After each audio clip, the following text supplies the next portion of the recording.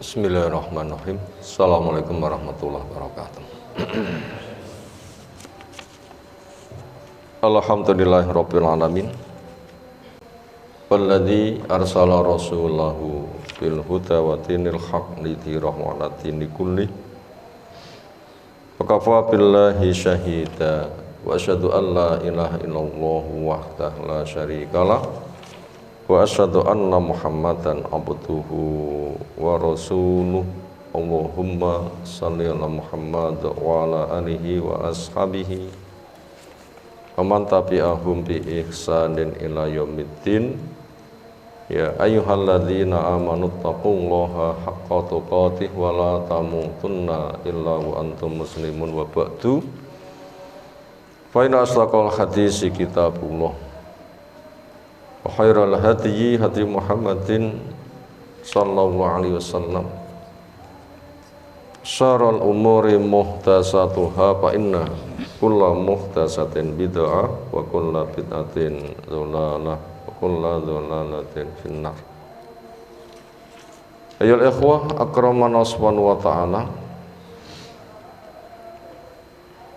Insyaallah kita lanjutkan mengkaji Jami'us Shahih Sahih Bukhari oleh Al-Imam Abu Muhammad Ibnu Ismail Ibnu Ibrahim Ibnu Mughirah Ibnu Bardisbal Bukhari Al-Ju'fi rahimahullahu ta'ala, di jilid yang ketiga, juz yang kelima, kitab tafsir. Sekarang kita masuk pada tafsiran surah Al-Baqarah ayat yang ke-201.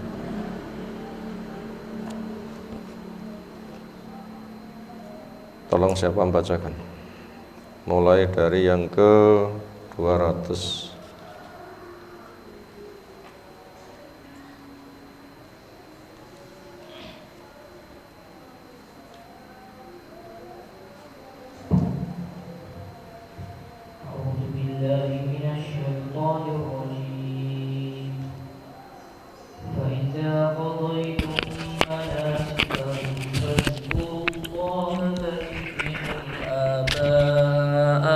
أو أشد ذكرا فمن الناس من يقول ربنا آتنا في الدنيا وما له في الآخرة من خلاق ومنهم من يقول ربنا آتنا في الدنيا حسنة وفي الآخرة حسنة وقنا عذاب النار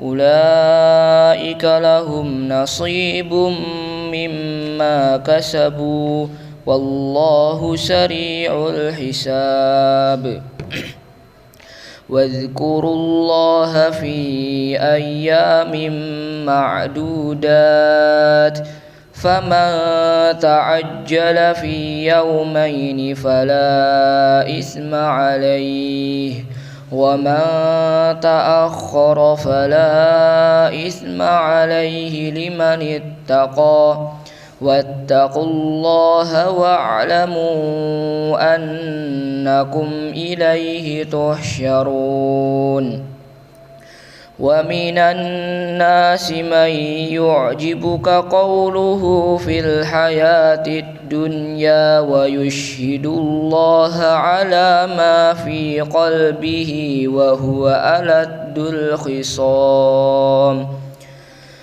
وإذا تولى سعى في الأرض ليفسد فيها ويهلك الحرث والنسل والله لا يحب الفساد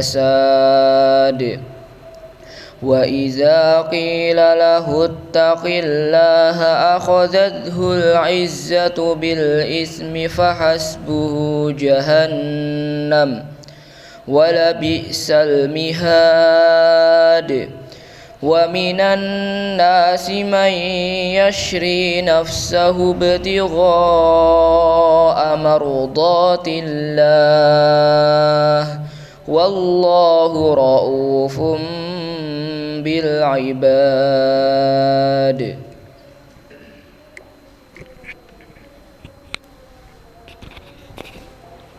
Yang belum memegang mushaf ambil. Yang ngantuk bangun.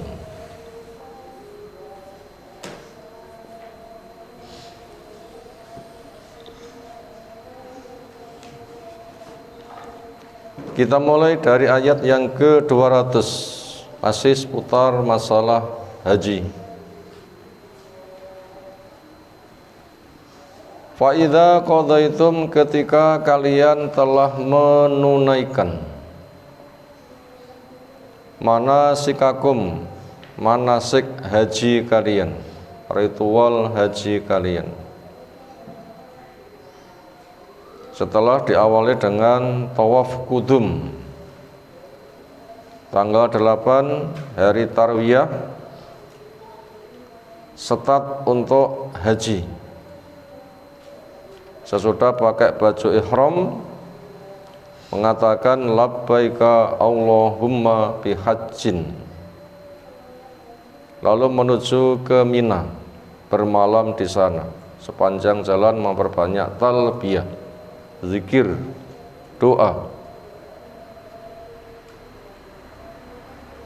Pagi hendak menuju ke Namiroh, silahkan mandi dulu.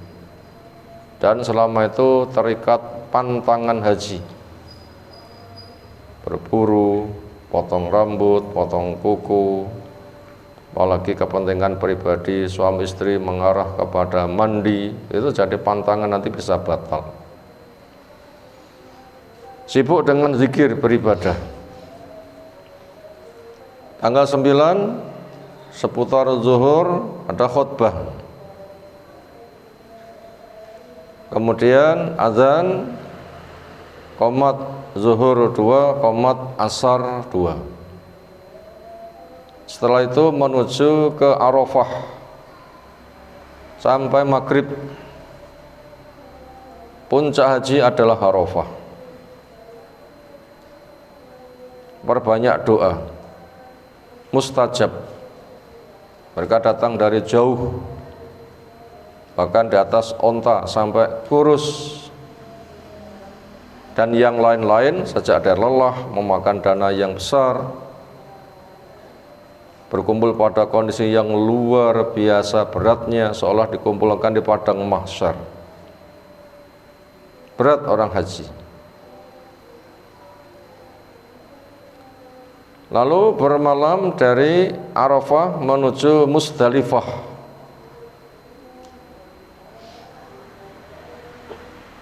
Kemudian setelah subuhan memperbanyak zikir di Mas'aril Haram sampai Padang Jinglang. Setelah itu masuk kegiatan hari ke-10. Apa kemarin? 3 kegiatan. 1, melempar jumroh Aqobah. 2, menyembelih binatang. 3, cukur sampai sekitar zuhur. Maka bila binatangnya beli, minta disembelihkan, ditunggui. Potensi bila nggak ditunggui, nggak sido dibeleh nih, dikandangkan lagi kambing-kambingnya.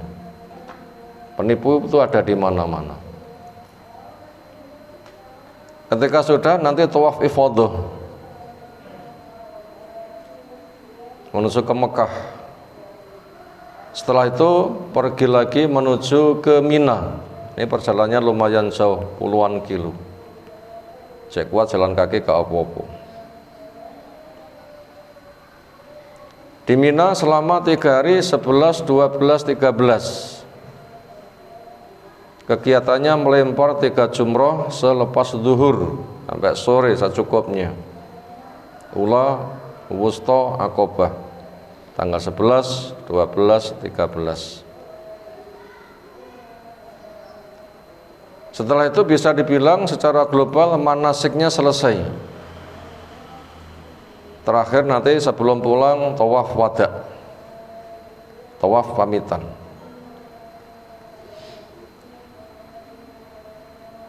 Maka jika kalian telah menunaikan manasik kalian, fadhkurullaha kadzikrikum aba'akum au asyadda dzikra, perbanyak oleh kalian zikir kepada Allah sebagaimana kalian bangga menyebut leluhur kalian. Bahkan zikirmu kepada Allah harus lebih amat sangat. Di antara bentuk zikir adalah doa.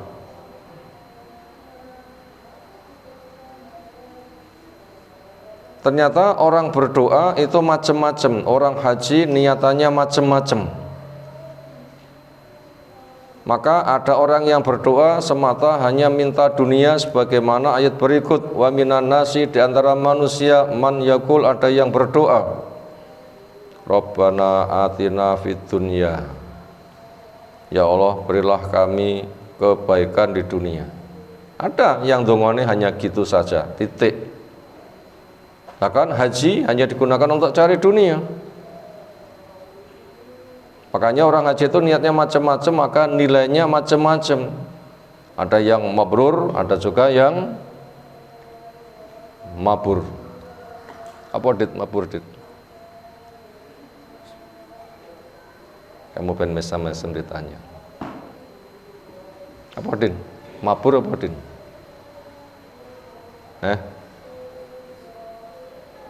Gak sah, cari dunia saja. Ada yang doanya seperti itu.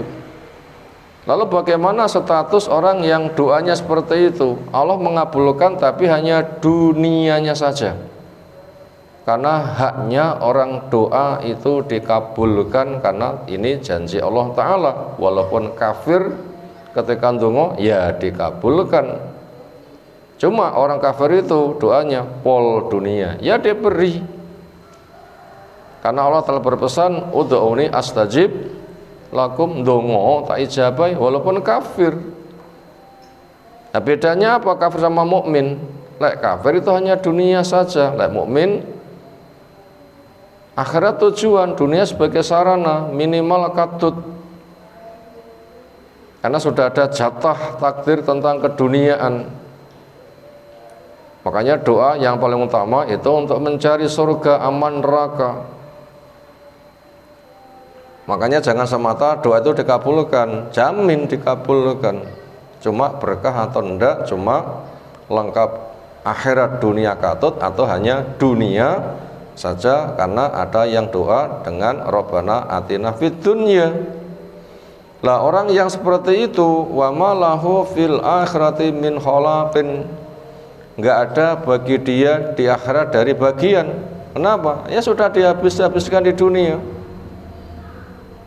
Ya Allah telah jelaskan, adhabtum thayyibatikum fi hayatikumud dunya wastamta'tum biha, sudah kamu habiskan tok neng tak resik kebaikan kamu, sebatas kamu gunakan untuk seneng-seneng di dunia saja.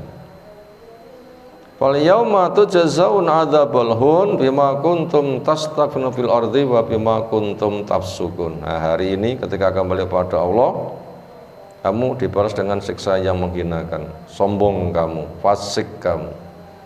Duniamu tujuan, enggak mikir akhiratmu. Maka doamu itu hanya Rabbana atina fid dunya. Wa minhum, di antara yang lain. Yang ini lengkap.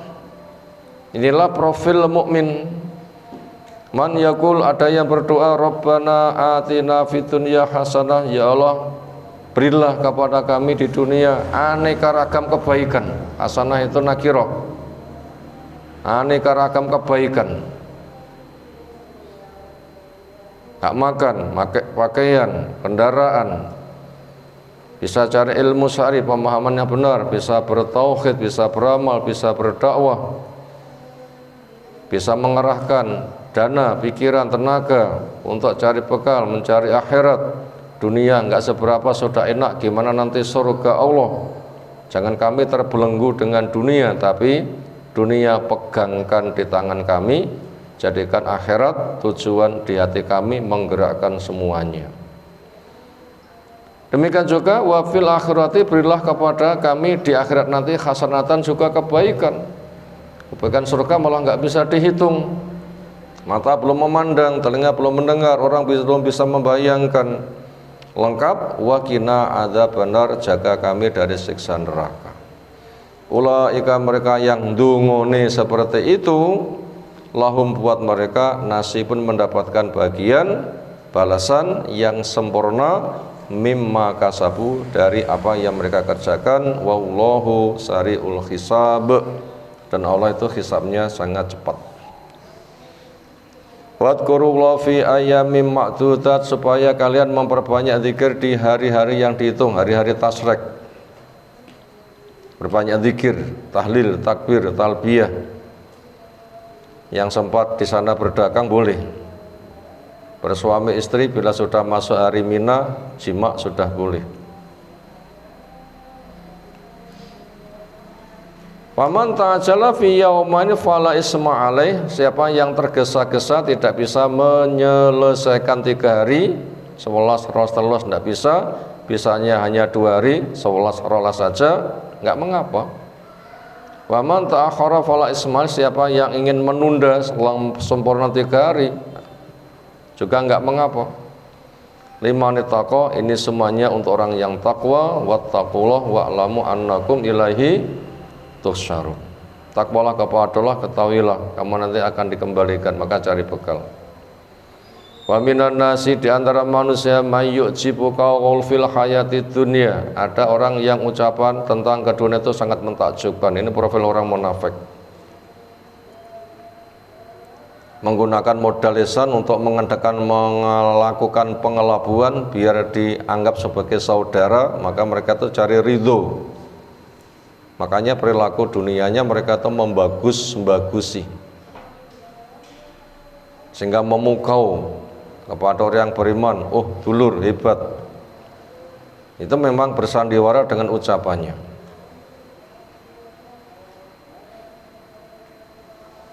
Wa yusyidullahu ala ma fi qalbi wa huwa alatul hisam, dan ia persaksikan kepada Allah apa yang ada di hatinya, lalu dilambari dengan sumpah, aku mau ngene tenanan, padahal dia itu ada orang yang paling keras pembangkangannya. Wa idza tawalla safil ardi, ketika dia sudah tidak berhadapan dengan kaum muslimin, pisah, nggak bergaul lagi, karena bergaulnya itu cari muka. Sekarang dia pergi, ternyata dia membuat kerusakan di bumi. Apa? Kemaksiatan. Memang berislamnya itu untuk mencari dunia. Ketika dapat dunia, mereka bukan mau berzakat, bersedekah, tapi memang menjadikannya sebagai modal pesta. Makanya itu termasuk yang membuat kerusakan, termasuk enggak mau zakat. Sehingga risiko tidak mau zakat itu apa? Wa yulikul harsa wan nasl, akan ia hancurkan tanam-tanaman dan keturunan.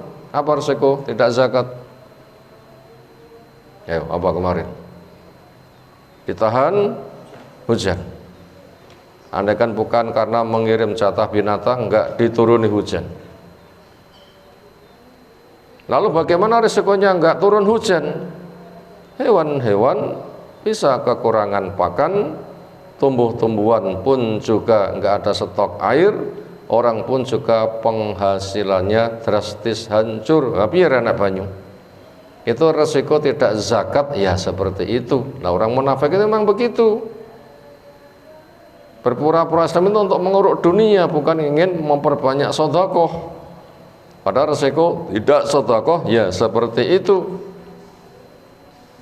Wallahu la yuhibbul fasad, dan kepada orang yang melakukan kerusakan Allah tidak suka.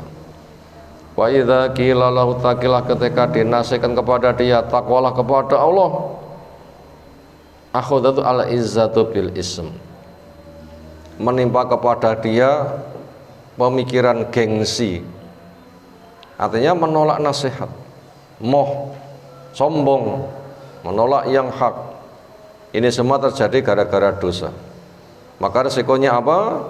Fahasbu jahannam wala bi'sal mihad, tempat kembali dia jahanam, tempat kembali yang paling buruk. Lalu ada sifat kesebalikannya berikut ini yang ke-207, wa minan nasi may yasri nafsahu ibtigha amradhatillah. Di antara manusia ada yang menukar dirinya untuk mencari ridho Allah. Wallahu raufun bil ibad. Allah itu lembut kepada hamba-hambanya yang soleh. Itu orang yang mau bertransaksi dagang dengan Allah, maka Allah akan menjadi pembelinya, imbalannya surga. Apa dagangannya? Dirinya, pikirannya, ilmu syar'inya, ketauhidannya, ketaatannya, keikhlasannya, jihadnya. Itu dagangan manusia. Dakwahnya, dukungannya kepada yang hak, itu dagangan kita. Pembelinya siapa? Allah. Apa nanti imbalannya? Surga. Inilah transaksi jual beli yang betul-betul menguntungkan, yang Allah telah tawarkan. Hal adullukum ala tijaratin tunjikum min adzabin alim. Maukah kamu saya tunjukkan perdagangan yang menyelamatkan dari siksa yang pedih? Itu tadi dagangannya. Masing-masing dari kita itu pedagang. Apa tadi dagangannya? Diri kita diisi dengan ilmu syar'i, dengan manhaj pemahaman yang benar, sehingga akidah tauhidnya benar, amal sulahnya benar, salatnya tegak, masjidnya makmur, akhlaknya mulia, obah-sobah dihiasi dengan perilaku ketakwaan, hidup dakwahnya makmur, masyarakatnya orang itu lomba berderma, dan berbagai macam kerja dakwah didukung sukses, sehingga masyarakat mendapatkan pembekalan dengan ilmu. Maknanya seperti itu, ketika Islam itu dihina, mereka siap terjun jihad. Dagangan kita itu. Dan masing-masing bisa berdagang. Siapa tadi pembelinya? Allah. Apa kata Allah? Innallaha ashtara minal mu'minin amwalahum wa anfusahum bi anna lahumul jannah. Allah akan membeli dagang mereka dengan surga. Itu pembacaan ayat. Sekarang arah pembahasannya jelas. Sekarang kita masuk kepada materi. Dari ayat yang berbunyi wa minhum may yaqulu rabbana atina fid dunya hasanah wa fil akhirati hasanah wa qina adzabannar. Nah, tadi sudah kan kita bacakan ayatnya. Setelah kita baca ayat global, kita baca di perincian seolah mudah dipahami. Di antara mereka orang yang berdoa ini ada yang doa didasari di atas keilmuan, keimanan, ketakwaan, luasnya wawasan, dunia sebagai sarana, akhirat sebagai tujuan. Kesuksesan puncak adalah aman neraka, masuk ke dalam surga, yang Allah telah menjelaskan faman zuhziha 'anil nar wa udkhilal jannah faqad faz wa mal hayatud dunya illa mataul ghurur. Siapa yang diselamatkan dari neraka, dimasukkan ke dalam surga, betul-betul beruntung. Nah, semoga kita yang betul-betul beruntung. Sementara dunia, seperti apapun orang mengatakan sukses, itu menipu, mati nggak dibawa, hisabnya nanti akan berat. Harta kita yang asli kita sedekahkan, maka memang hidup untuk cari akhirat. Makanya doanya Rabbana atina fid dunya hasanah wa fil akhirati hasanah wa qina adzabannar. Hadisnya silakan baca. Imam Al-Bukhari rahimahullah ta'ala Haddatsana Abu Ma'mar qala haddatsana Abdul Warisi an Abdul Aziz an Anas qala kana Nabi sallallahu alaihi wasallam Allahumma rabbana atina fid dunya hasanah wa fil akhirati hasanah wa qina adzabannar. Hadisnya telah dibaca. Imam Bukhari dari gurunya, gurunya dari gurunya, terus sekarang menusuk kepada seorang sahabat namanya Anas bin Malik radhiyallahu anhu. Ketika Nabi SAW hijrahnya sampai di Madinah, Anas waktu itu umur berapa? Kinggugah sing ngantuk ditanya saja ini. Jen, kamu ngantuk ya? Enggak, saya cari ilmu. Ketika Nabi SAW itu datang di Madinah, Anas waktu itu umur berapa? Ayo jawab. Tidak bocah lagi. Umur berapa? Sim, umur berapa Sim? 4? Cilik no. Yup, umur berapa? Belajar sejarah.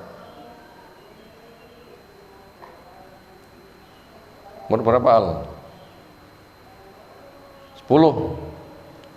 Siapa ibu namanya? Muslim. Bapaknya namanya Malik. Tapi minggat mati nek Samson. Kenapa? Mutung. Bojone masuk Islam si suaminya gak. Lalu Anas diperbantukan kepada Nabi Shallallahu Alaihi Wasallam tujuannya untuk cari ilmu. Karena saobah Nabi itu adalah ilmu. Cara makan, cara minum, cara jalan, cara buang hajat itu ilmu. Tirulah. Sehingga dengan melihat persis, bisa nyontoh persis, itulah agama. Mengikuti profil Nabi SAW, saobah itu adalah ilmu. Salah satu yang diceritakan oleh Anas berikut ini. Karena ada An-Nabiyyu sallallahu alaihi wasallam yaqul berdoa. Bahkan di tempat yang lain doa yang paling banyak dilantunkan. Doa yang paling banyak dilantunkan. Kenapa? Ringkas tapi maknanya menyeluruh. Ini ciri khas Islam adalah sebagaimana pesan Nabi SAW, utitu bi jawami'il kalim. Saya diberi himpunan kalimat. Artinya apa? Ringkas penyebutannya tetapi luas maknanya. Ketika diperinci, kitab berapapun nggak akan muat untuk menulisnya. Makanya ketika berdoa simpel saja, jangan sampai diperinci. Ada orang itu doa kepada Allah, sang bapak mendengar, gimana lantunan doa dari anak? Ya Allah, bila saya nanti masuk surga, berilah untuk saya istana putih di samping kanan surga. Din, kamu nanti bikin villa naik gunung habis berapa? Rumahmu adem tuh. Habis berapa? Saya ngapik lah villamu. 1.000 gubuk jenenge lah ya.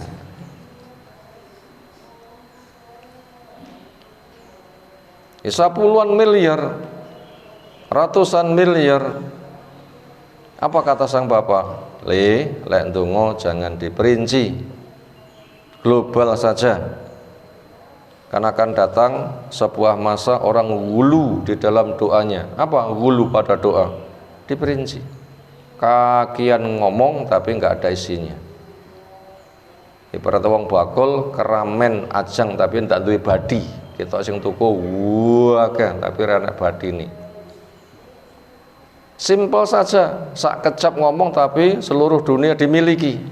Itu namanya jawami'ul kalim. Makanya bimbingan yang ada pada doa ialah Allahumma ini as'alukal jannata wa ma qarraba ilaiha min qaulin aw amalin wa a'udzubika minan nar wa ma qarraba ilaiha min qaulin aw amalin. Ya Allah, saya minta kepadamu surga dan perkara yang bisa mengantarkan ke surga, ucapan maupun perbuatan. Ya Allah, lindungi saya dari neraka dan perkara yang bisa menyebabkan tergelincir ke neraka, ucapan maupun perbuatan. Itu namanya simpel tapi menyeluruh. Makanya termasuk doa manten itu simpel saja. Apa doa manten? Mar, kamu masih datang manten belum? Marcel, apa doa manten? Ya terus, mau sampai ngono tok lah.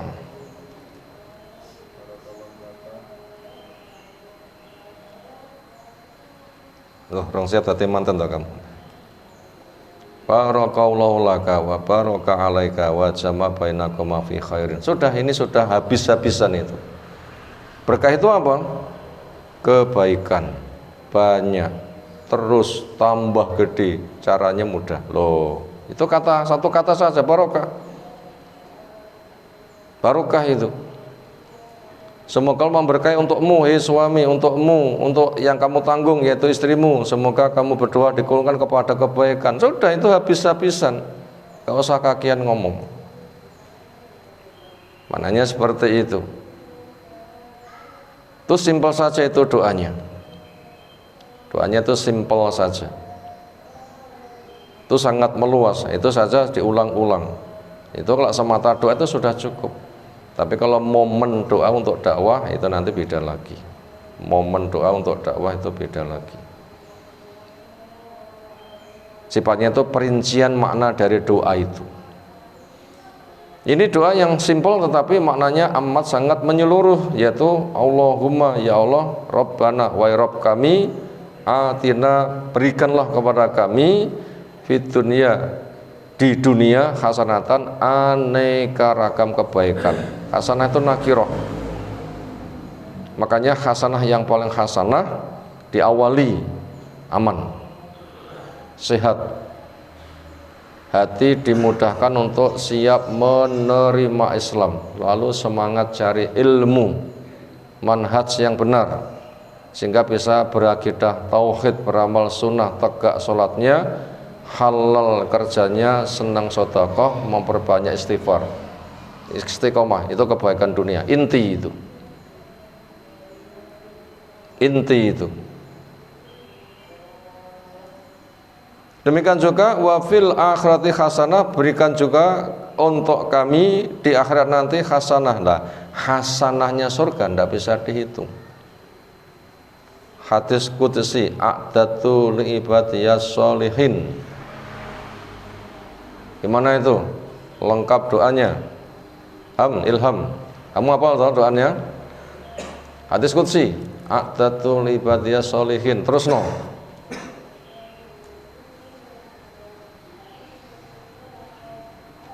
Saya sediakan untuk hamba-hambaku yang soleh kenikmatan surga yang titik-titik. Ben kok bermerem iki. Johar. Iya, hati sih. Cepet disi dani kamu nanti. Semesam-mesem gitu. Apa apal? Enggak apal? Nah, nanti dihafalkan. Firman Allah Ta'ala dari sabda Nabi SAW, Nabi bersabda, firman Allah Ta'ala berarti namanya hadis qudsi, a'datu, saya sediakan li ibadiyas sholihin, untuk hamba-hambaku yang soleh,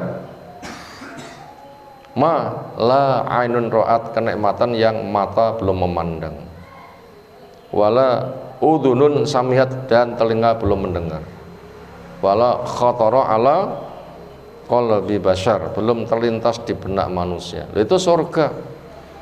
Bila surga itu disebutkan dengan gambarannya begini-begini, itu hanya untuk mengungkapkan sama penyebutan tapi beda hakikatnya. Di sana nanti ada buah, ya kata buah itu sama tapi mutunya beda.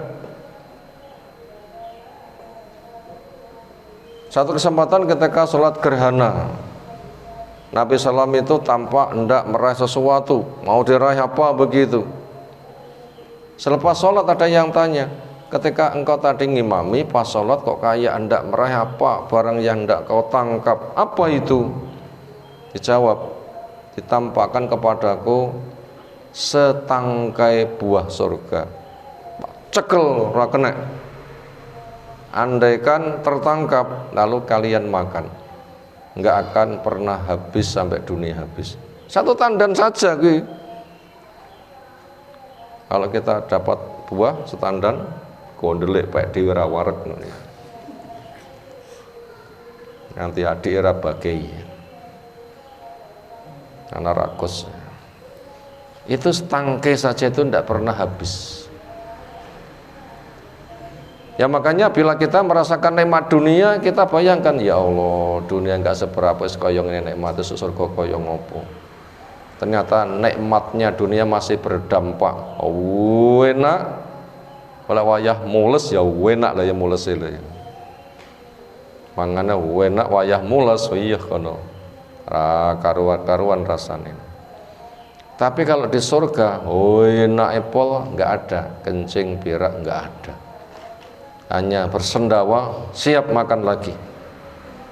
Makanya semua daya yang kita miliki untuk cari akhirat jangan terbuai dengan dunia.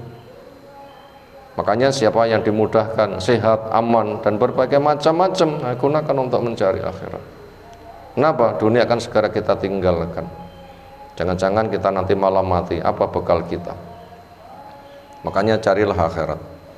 Minta hasanah, waqina adzabannar, dan jaga kami dari api neraka. Gimana bisa lewat neraka dengan sukses? Pertama, ditanya 4 pertanyaan di pinggiran jahanam bisa jawab. Apa? 4 pertanyaan di pinggiran jahanam.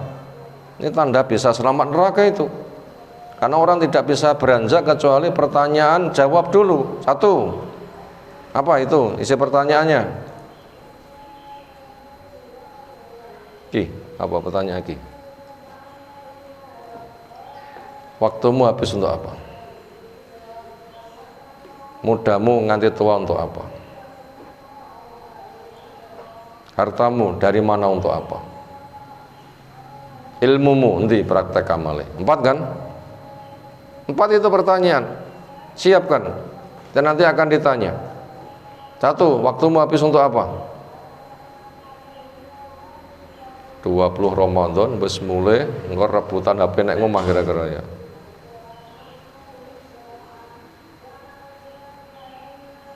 Yang kedua, masa mudamu habis untuk apa? Nanti siapa yang bisa menghadirkan hadisnya ini bisa dikoreksi karena yang hak itu yang ada pada hadis. Ini sepintas yang terkesan. Yang nomor 3, ilmumu mana amalnya? Yang keempat, hartamu dari mana? Untuk apa? Halal atau haram? Lek kecil itu angge apa? Kamu gunakan seperti orang kafir makan dengan 7 lambung, atau kamu cukup sebagai mukmin makan dengan 1 lambung?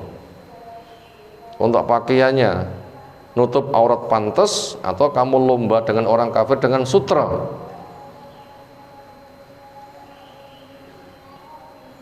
Padahal laki-laki sutra itu tidak boleh. Walaupun kuat beli, nah nanti akan ditanya. Itu semuanya supaya tidak habis untuk cari dunia. Makan, minum, bijana itu dari emas perak haram. Walaupun emas perak untuk perhiasan perempuan boleh, berdagang emas perak boleh. Tapi kalau untuk bijana laki perempuan haram semuanya.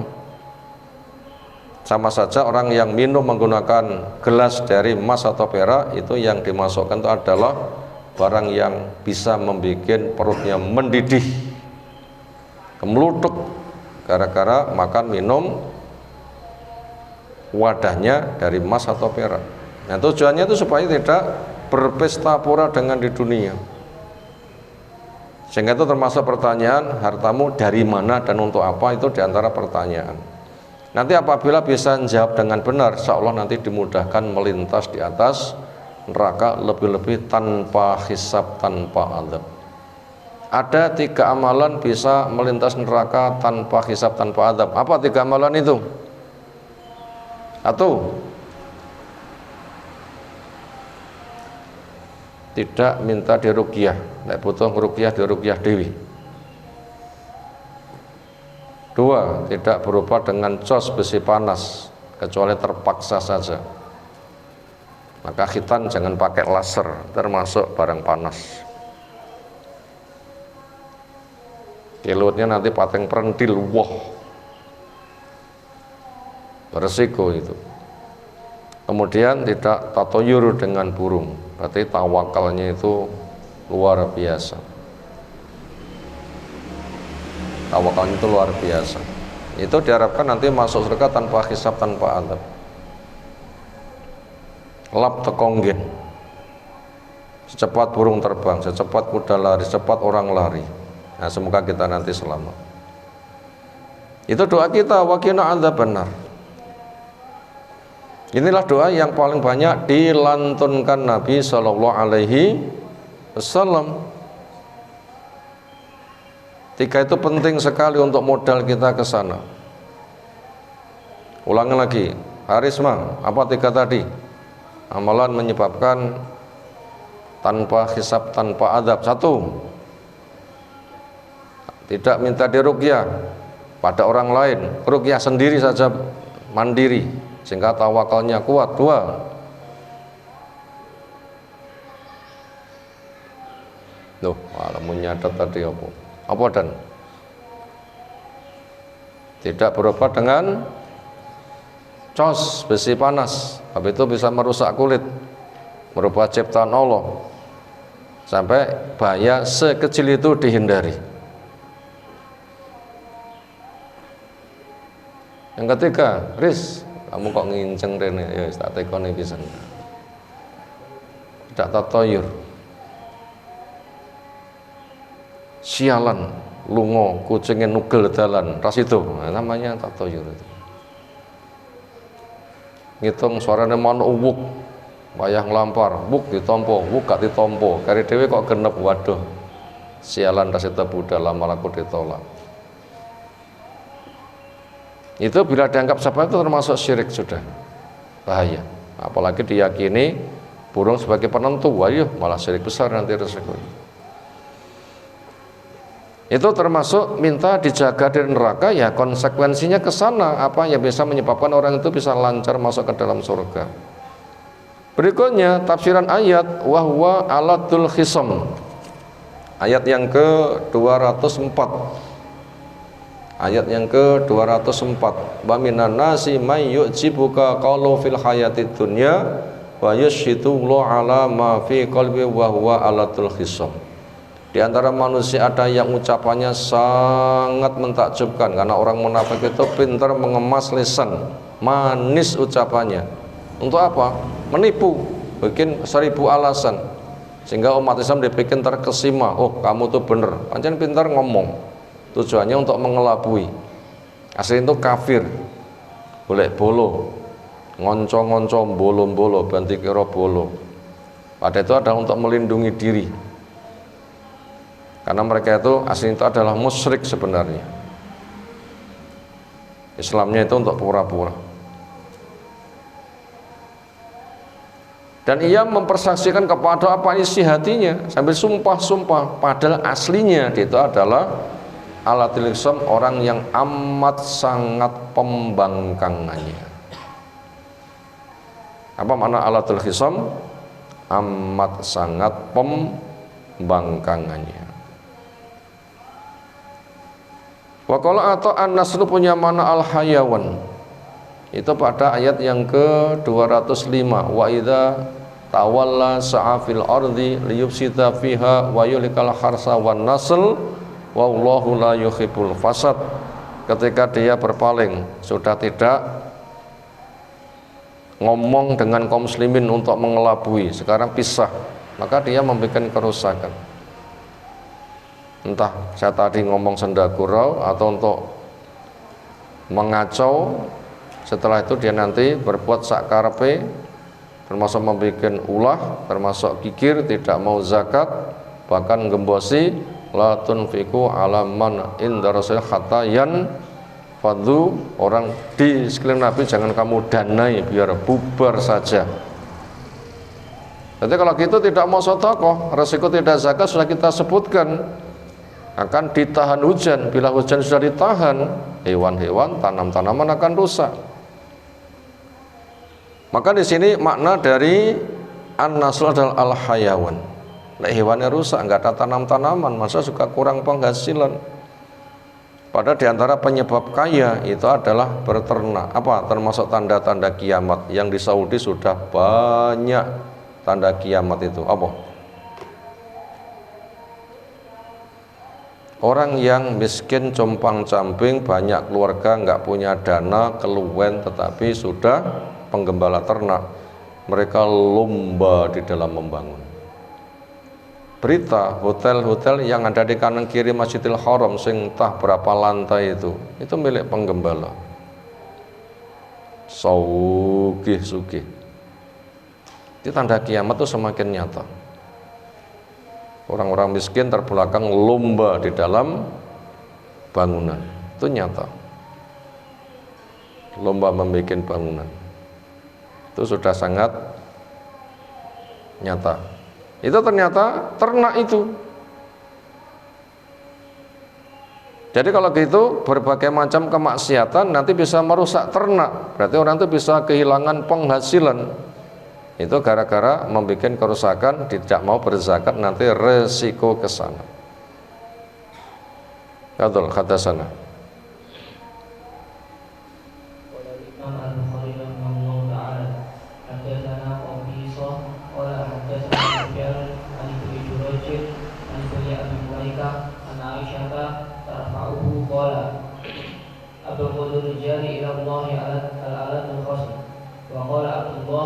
حدثنا سفيان قال حدثني ابن جريج عن ابن ابي مليكه عن عائشه رضي الله عنها عن النبي صلى الله عليه وسلم. Ringkas hadisnya.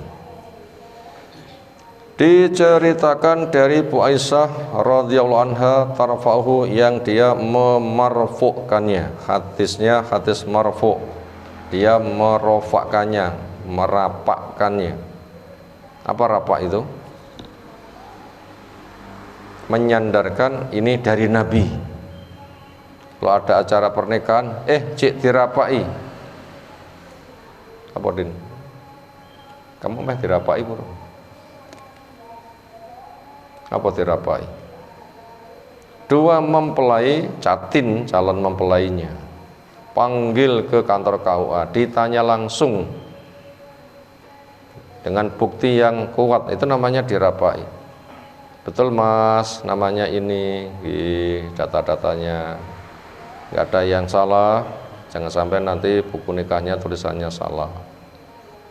Ditanya langsung, ya bukan katanya, dicek langsung data, kesungguhan, kepastian kemahramannya ada apa enggak, sehingga ujung-ujungnya adalah alat untuk mensukseskan lancarnya pernikahan. Ngecek langsung itu namanya apa? Dirapai. Itu kalau bahasa hadis marfu itu adalah memang disandarkan dari Nabi, bukan katanya, tapi memang asli dari Nabi Shallallahu Alaihi Wasallam. Itu namanya hadis marfu. Kalau mentok sampai hanya sahabat saja mereka punya kesimpulan, namanya hadis mauquf. Di sini marfu hadisnya. Isinya apa? Abghadur rijal ilallah al-alatu al-khasimu, paling dibencinya orang oleh Allah Ta'ala, orang yang al-alatu al-khasimu, orang yang paling keras, orang yang tukang membantah. Nah, orang-orang munafik itu memang pembangkangannya dengan kadar hati sing paling keras. Makanya mereka tuh rela berpura-pura. Makanya tanda munafik kelas kakap, pertama dusta, kedua ketika umat Islam mengalami kemajuan benci, ketika umat Islam mengalami kehancuran mereka itu demen. Maka mereka itu selalu mengadakan penggembosan, jangan diberi dana, nanti kita akan mampu mengusir. Sampai ketika mereka terbawa ke medan perang, mereka menggembosi sehingga harapannya nanti kaum muslimin nggak ada pasukan, nggak cito perang. Semisal perang Uhud, kaum muslimin ada 1000 kan, sepertiga munafik itu menggembosi. Berapa sepertiganya? 1000. Karena nek 330 punjul kan ya. Itu menggembosi. Ini bukan perang tapi ini bunuh diri. 1000 musuh 3000. Mundur sehingga tinggal 600-an menghadapi 3000. Nah disitulah ketika kaum muslimin mendapatkan musibah, mereka itu menjatuhkan kaum muslimin pol diomongi. Menuki tutup perang tapi bunuh diri. Kamu tadi mau terima pesanku, kamu gak dapat musibah. Dasar kuping diomoti raklumut, mungkin begitu, atau bahasa-bahasa yang lain. Pembangkangan terus itu isinya. Itu pembangkangan terus. Makanya ketika mereka itu berada pada posisi puncak menang, memanfaatkan kondisi naik daun untuk menindas. Ketika mereka berada pada posisi menuntut hak, dia akan menuntut hak dengan menekan. Bahkan apabila mereka itu berada pada posisi salah, nggak mau ngakoni. Kesimpulan adalah serba ngengkel. Di depan nyelentak, di tengah membuat ngopo-ngopo, dari belakang gandoli. Itu orang munafik. Makanya orang munafik itu tidak bisa menjadi orang kepercayaan. La taqulu al munafikin sayyidi. Kamu jangan mengatakan untuk orang munafik tuanku. Mereka itu bukan tuan, mereka itu la ya'lunakum khabala. Enggak henti-hentinya menimbulkan kegaduhan. Itu orang yang al-atu al-khasim, orang yang amat sangat keras pembangkangannya. Hadis yang kedua dari Abu Mulaikah, juga dari Bu Aisyah radhiyallahu anha anin Nabi sallallahu alaihi wasallam. Adapun tafsiran ayat am hasibtum an tadkhulul jannata akan menjadi materi kajian kita berikutnya. Ulam suwab walhamdulillahirabbil alamin. Subhanakallahumma bihamdika asyhadu an la ilaha illa anta astaghfiruka wa atubu ilaik. Assalamualaikum warahmatullahi wabarakatuh.